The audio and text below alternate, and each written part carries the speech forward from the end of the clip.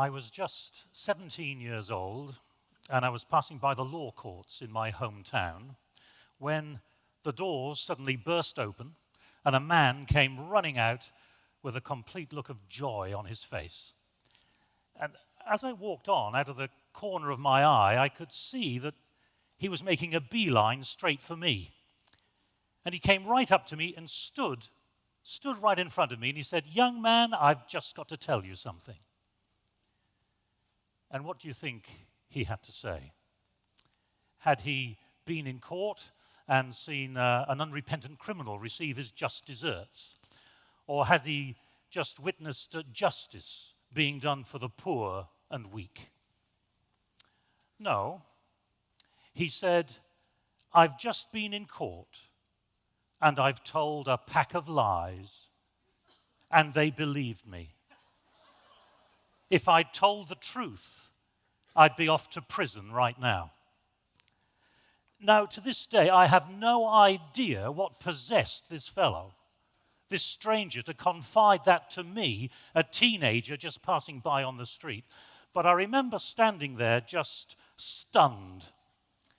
When this man went into court to give evidence, he took an oath to tell the truth, the whole truth, and nothing but the truth.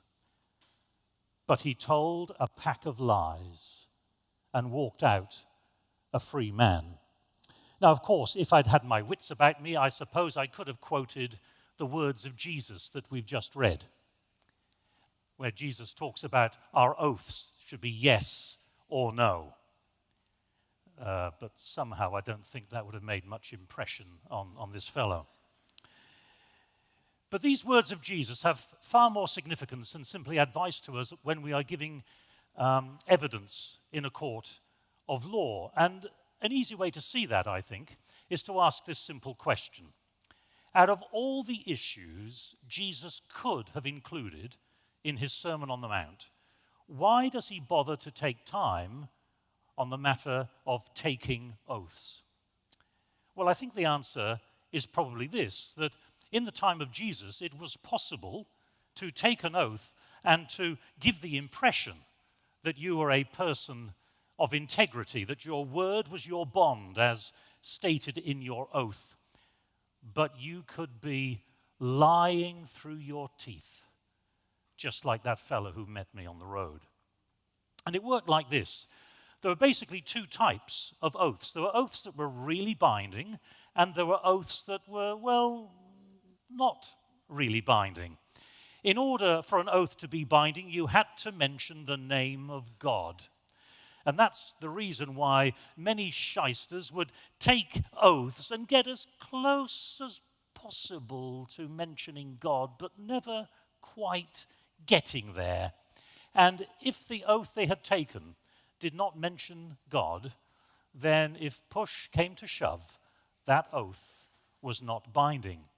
And that's the reason why some people would get around this and they would say, "I will swear by heaven above, or by earth below, or by the city of Jerusalem, or by my head," meaning may I lose my head, anything to avoid simple, plain, honest integrity.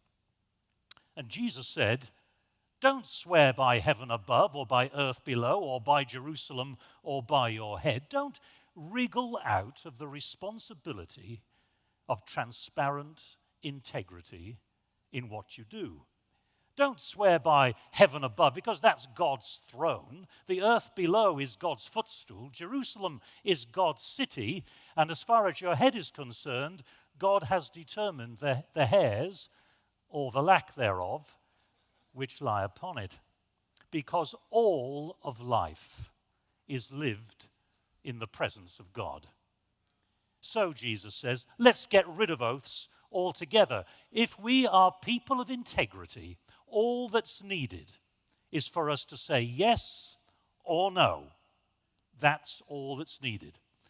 And of all the hard sayings of Jesus, this may turn out to be one of the hardest, because transparent integrity is a rare commodity in this world. In 1986, a retired British intelligence officer called Peter Wright, was taken to court by the British government. Mr. Wright wanted to publish his memoirs, but those memoirs, if published, would prove exceedingly embarrassing to the government. And under cross-examination, the most senior British civil servant, the Cabinet Secretary, no less, Sir Robert Armstrong, began to sweat. It was put to him that the government had fostered a misleading impression which amounted to an outright lie. Sir Robert responded quite vigorously, using a turn of phrase which has since become legendary. He said, "Her Majesty's government did not lie. Who in the world could ever imagine that Her Majesty's government would tell a lie? Of course not. But in this particular case, it might, shall we say, have been economical with the truth."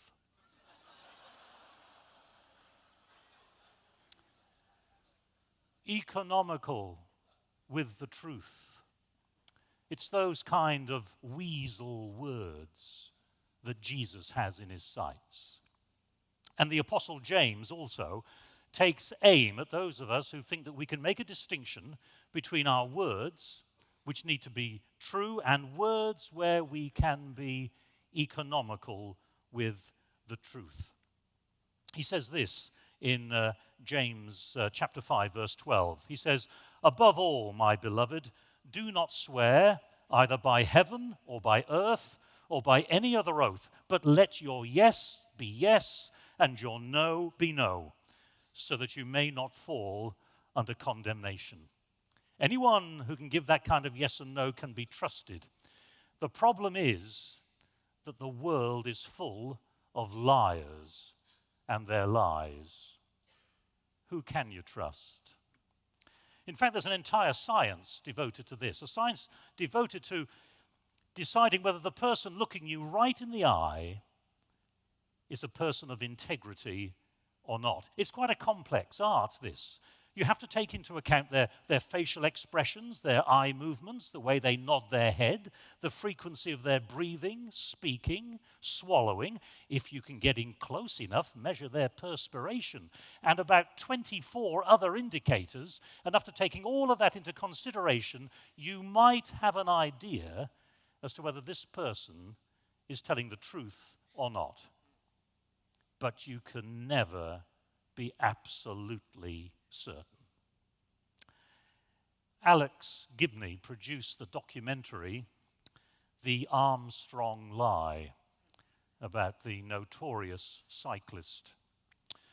And Alex Gibney said, "I've never met a better liar than Lance Armstrong. And I've met a bunch. No, he's good. The best." If lack of integrity were an Olympic event, there'd be no lack of top performers. And so the reason, this is the common logic that we have. A, because there is a lack of integrity in the world, it means that B, we must take oaths in order to show that we are genuine. But that is not Christ's logic. Christ's logic is this. A, because there is a lack of integrity in the world, it means that B, we should get rid of oaths altogether. The solution to the problem is C, live lives of such transparent integrity that there's no need to take oaths. And Jesus is a radical on this point. As far as we know, he was the first person ever to suggest, let's get rid of oaths. And my radical idea is, be honest. Now, As we all know, in the Sermon on the Mount, Jesus is at pains at times to show the difference between the letter of the law and the spirit of the law. So we've got to be careful not to fall into the same trap here, that we set about to fulfill the letter of what Jesus has to say and forget the spirit of what he was really talking about. The letter of what he has to say, don't take oaths, well, that doesn't take much effort, does it? I mean, just don't do it. But the spirit of what he has to say, live lives of such transparent integrity that whatever you say, whenever you say it, whatever you do, wherever it is, people know they can trust you. Now that is a challenge. About 3 or 4 months ago, Mr. Jonathan Burrows was stopped at a railway station in London. It appeared that Mr. Burrows had avoided paying his train fare. Now, of course, not paying your train fare is a misdemeanor. So he was called over for some further explanation as to why he had not paid his fare of £21.50, about $30. And after further questioning and consulting their electronic records, it became apparent that Mr. Burrows had made a habit of not paying his fare. A very long habit, as it transpired. In fact, they calculated more or less that he had avoided paying £42,550, about $65,000 in train fares. He'd been a very naughty boy.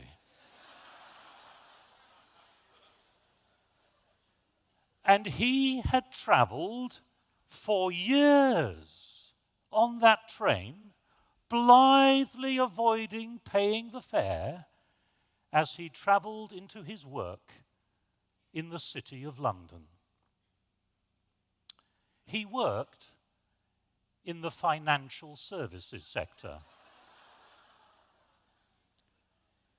He was a banker. Did you notice there my use of the past tense? For Mr. Burrows is no longer a banker. The Financial Conduct Authority investigated his case and they concluded, I quote, that Mr. Burrows has demonstrated a lack of honesty and integrity. They banned him for life from working in any financial industry. And some of us might say, come on, it was only a few train fares. But that's the point, isn't it? It's in that very sort of thing, in the mundane realities of everyday life, that our integrity is formed. If we can't show integrity in the ordinary, everyday occurrences of our everyday lives, we're not going to show it in more important matters. And every one of us, at some stage or another, faces a crisis. And often that crisis is, when the chips are down, I've got to make a choice. And the choice is between plain honesty, plain integrity, or being economical with the truth. And when we are faced with that choice, there is no time for integrity to be formed. Because integrity is not formed in a crisis. It is revealed in a crisis. The place where integrity is formed are in those small decisions we make every day of our lives, in our families, in our churches, in our relationships. As in, excuse me, Mr. Burrows, but have you paid your train fare, sir? And Jesus says that our yes should be yes, our no should be no, plain and simple. But what Jesus has to say also suggests to me how we might respond to our brothers and sisters who disagree with us on some points.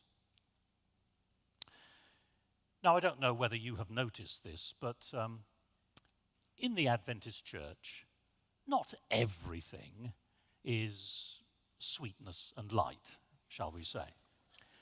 And a few weeks ago, I Googled the One Project. And I must confess, having agreed to come here and speak, that I was surprised by the results. I mean, do you know that there are those in our community who think that the One Project, and I quote here just to be certain, that the One Project sows the seeds of uncertainty, that it teaches pantheism, that it mocks the Adventist Church. And on one site I got to, I discovered that it is guilty of such salacious immorality. I just blushed when I read it.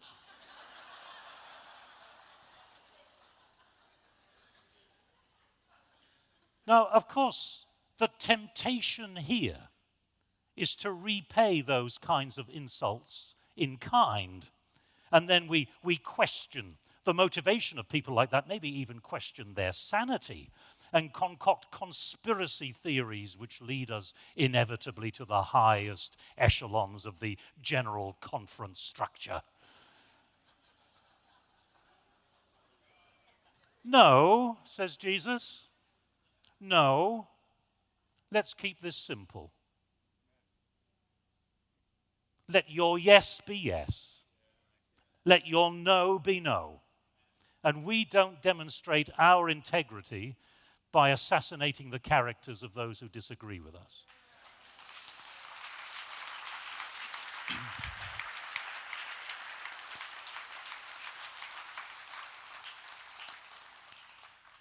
Plain, simple integrity, says Jesus. That's what Jesus demands, and that's what he demonstrates. Because Christ's yes was yes. His no was no. As the Apostle Paul puts it in 2 Corinthians, he said, "Do I make my plans according to ordinary human standards, ready to say yes, yes, and no, no at the same time? As surely as God is faithful, our word to you has not been yes and no. For the Son of God, Jesus Christ, whom we proclaimed among you, Silvanus and Timothy and I, was not yes and no, but in him it is always yes. For in him, every one of God's promises is a yes."